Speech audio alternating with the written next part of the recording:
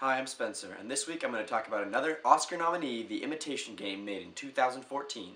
Before I get into my own opinions, I have some awesome facts for you all. First of all, Benedict Cumberbatch, in order to play the role of Alan Turing, decided to wear dentures. He was not told to by any member of the production team, but he wore dentures that were a match to the 60-year-old set of false teeth that Alan Turing actually wore. Second of all, and my favorite fact, because I think this is super cool, but the Turing test, the one that tests whether a human can tell if a computer is a human or not, was not actually beaten by a computer until 2014, where it was beaten by a code created by a 13-year-old boy. Now for my own opinions about The Imitation Game. One of the first things I noticed, and one of the things I absolutely loved about this film, was that the film seems to be told in chapters. Each chapter rotates around a specific theme and involves parts from different parts of his life that deal with that same idea. There's themes such as keeping secrets, there's themes that kind of rotate around his homosexuality, there's themes that kind of rotate around the actual cracking of the code and his interest in codes, and there's other themes besides that, but those are kind of the most important ones that I noticed. And I really enjoyed how each part of his life had a segment that related to that theme. Either from when he was a child and in school, to where he was actually cracking codes and building Christopher, to where he's freaking hell. I'm just gonna keep moving. To where he's actually in his later life in the police station being questioned and all sorts of things like that. I also really liked how they established the time and place of the film, not just through dialogue and old technology and other kind of created elements of the film, but actual footage from, World War II, with the victory speeches at the end by Winston Churchill, and I think the President of the United States at the time, and old footage of, messages being sent or received, and plans being made, and old footage of bombs being dropped and planes flying around, and it really gets you into the idea of this is the time. This is an actual, real thing that happened in our history. Some things that are really terrible that happened in our history, too. I thought this film wasted little time getting into the story, and I always really like that, making sure that you kind of don't spend too much time talking about stuff that happened before the beginning of the movie, and don't spend too much time talking about things happening at the end of the movie, which I'll get to later. They did a little bit of that. But they really got into the story quickly. They spent little time describing extra events that really don't pertain to the idea of the actual film, the code breaking, the homosexuality, the way that people were being treated at that time, and things like that, that actually are the meat of the film. Now, the way they did this was a little odd, and I think that they could have done it in a little better way, but it worked really well for the film.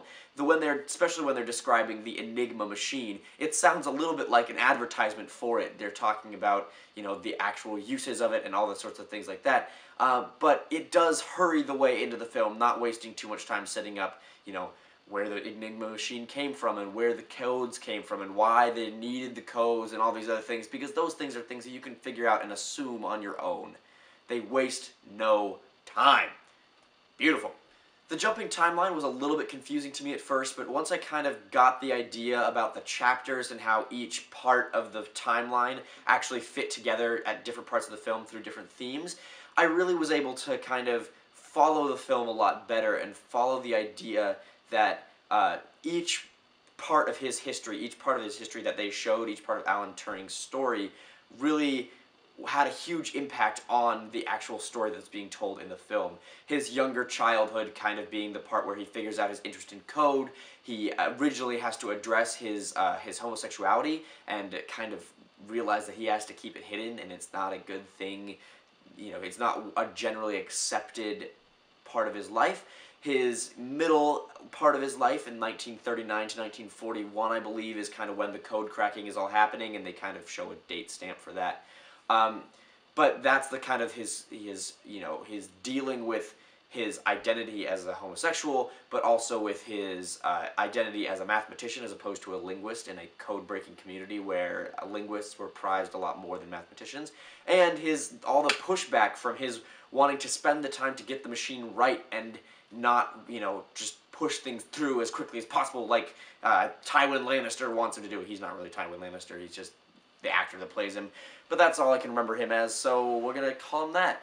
And then you have his future life, where he's, I guess it's not future, but 1951, where you actually see him getting arrested for homosexuality, and his treatments, and then his sad and terrible suicide. And you even get some of that 1951 time at the beginning and kind of spaced out through the middle as well, and you even get allusions to his suicide through the film as well, through the apples, which are thought to be the way he administered the cyanide to himself, as well as the scraping up the cyanide off the floor at the beginning of the film.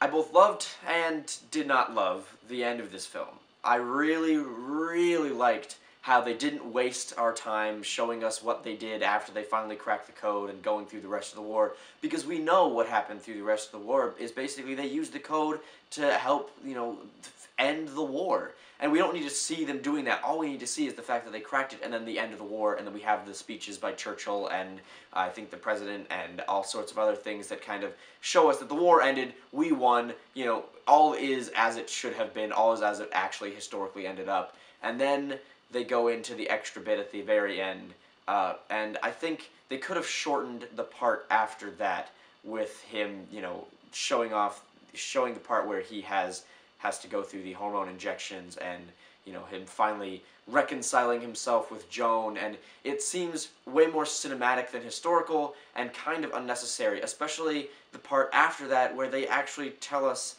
all the information about, what happened to the people afterwards, and, where the Turing machines are now, and what became of the Turing machines, and how they, evolved into computers, and they show us all that just in text.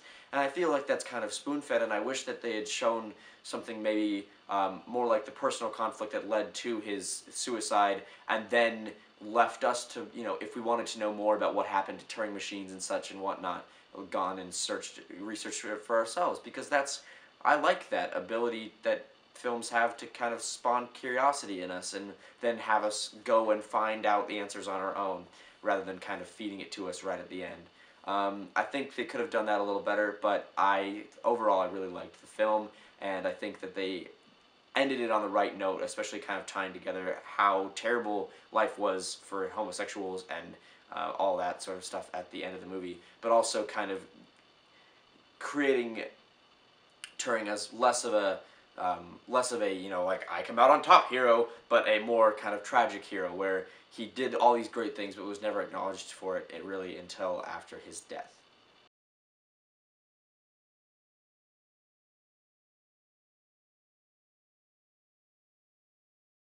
Benny Who Cumber Hooch, or Cumber Bitch, or Cumber Snatch.